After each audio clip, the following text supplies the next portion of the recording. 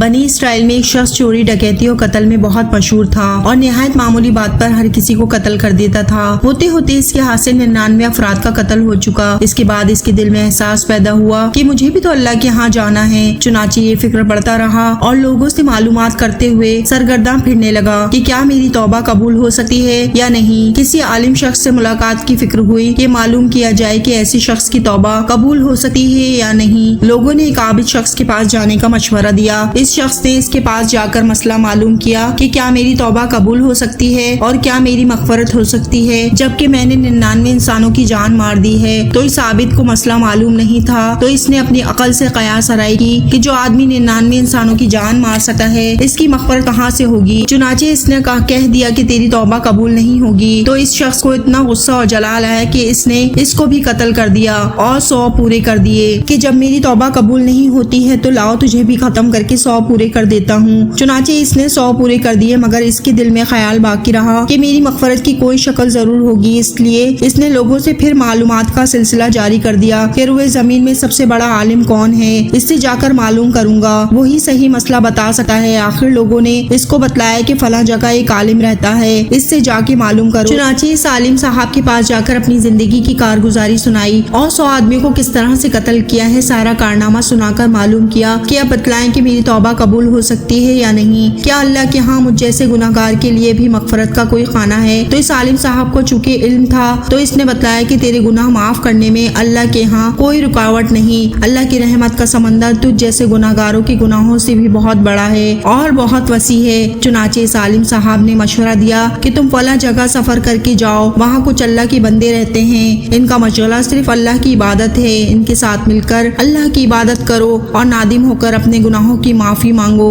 انشاءاللہ اللہ تمہاری مغفرت کر دے گا۔ جب اس شخص نے آدھا راستہ طے کر لیا تو ملک الموت آ گئی اور اس کی موت ہو گئی۔ اب اس کی روح لے جانے کا مسئلہ کھڑا ہوا۔ آسمانوں سے رحمت کے فرشتے بھی آئے اور عذاب کے فرشتے بھی۔ رحمت کے فرشتے کہنے لگے کہ اس کی روح لے جانے کا حق ہم کو ہے کہ اس کے لیے یہ سچے دل سے تائب ہو کر عبادت کے لیے جا رہا تھا، اور عذاب کے فرشتے کہنے لگے کہ اس کی روح لے جانے کا حق ہم کو ہے اس لیے کہ اس شخص نے کبھی کوئی نیک کام نہیں کیا ہے، پوری زندگی گناہوں میں گنوا دی۔ آسمانوں سے آدمی کی شکل میں ایک فرشتہ آیا۔